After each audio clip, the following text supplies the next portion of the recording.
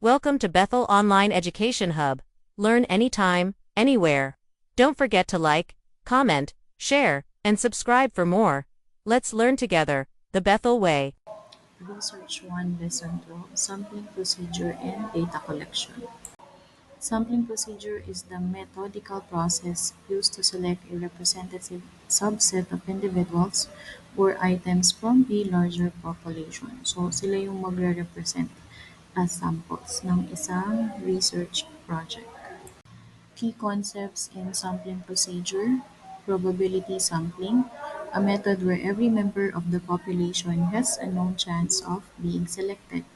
Examples are simple random sampling, stratified sampling, systematic sampling, or cluster sampling. So pag probability, lahat kayo pwedeng ma-choose as a sample. So wala siyang age, wala siyang gender, wala siyang qualification. So kahit sino pwede. Non-probability sampling, a method where participants are not selected randomly. Examples are convenience sampling, quota sampling. Pag non-probability naman, dito merong qualification or requirement para mapili ka as a sample. So, hindi pwedeng lahat. May susundin silang restrictions or meron silang susundin na qualification para sa magiging participant. Data collection is the process of gathering and measuring information on variable to answer research question. So, sa data collection naman, dito kumukuha na kayo ng mga information na kailangan nyo o kaya ng mga data na makakasagot doon sa research question na prepare ninyo. Methods of collecting data. First is observation. In research, observation means carefully watching, listening to, or recording behaviors, events, or phenomena as they happen in order to collect information or data. Observation is when a researcher looks at something closely to understand it without necessarily asking questions or interfering. For example, a teacher observing how students behave in class, or a scientist observing how plants grow under different conditions. So the basic meaning is observation in research is a method of gathering data by noticing and recording what happens in a systematic way. So pag sinabi niyong observation, sinusulat niyo kung ano man yung nakikita niyo or na-observe niyo. Next method is interview. In research, an interview means a conversation between the researcher and the participant to collect information, opinions, or experiences about a specific topic. An interview is when a researcher asks questions and listens to answers to learn more about what people think or do.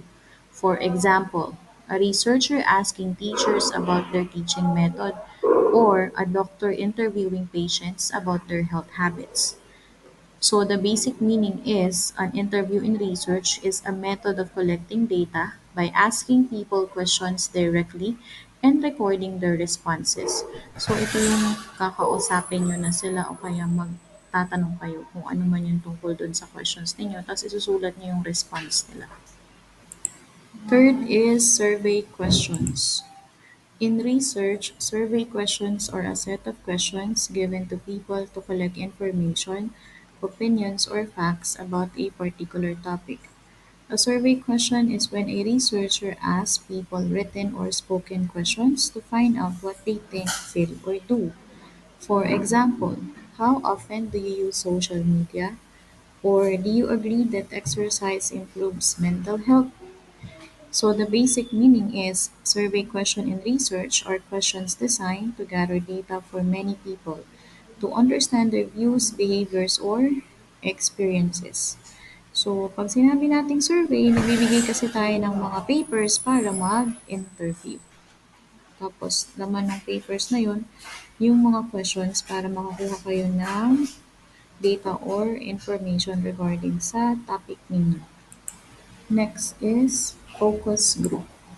In research, a focus group means a small group of people who discuss a topic guided by a researcher to share their opinions, experiences, or ideas.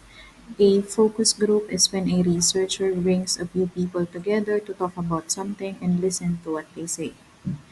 For example, a company asking a group of customers what they think about a new product, or a researcher talking with students about online learning. A focus group in research is a method of collecting information by discussing a topic with a small group of people led by a researcher. So para siyang short meeting. Tapos tatanungin niyo sila isa-isa, pwedeng minimum of 3, maximum of 10, tapos isang questions lang. Tapos alamin niyo sa kanila kung ano ba yung mga opinions nila about dun. So yun yung tinatawag na focus group. Here are some other explanation that you might find easy. Observation, a method of gathering information by systematically watching and recording behaviors, events, or physical characteristics in a natural setting without intervention or manipulation. Interview, a research method involving a direct question and answer exchange to gather in-depth qualitative information from a participant. Survey question, open-ended multiple question or multiple choice rating scale and demographic questions. And focus group involves a moderator facilitating a small diverse groups guided question or guided discussion to elicit qualitative data on a specific topic, revealing participants' thoughts, feelings, and experiences in an interactive setting. As part of the summary, this lesson explained the different ways researchers collect data for their studies. It discusses how to choose the best method depending on the research problem and the kind of data that you needed. This also teaches that data gathering is a key step in research. It shows how researchers collect accurate and reliable information using different tools and methods suited to their study goals.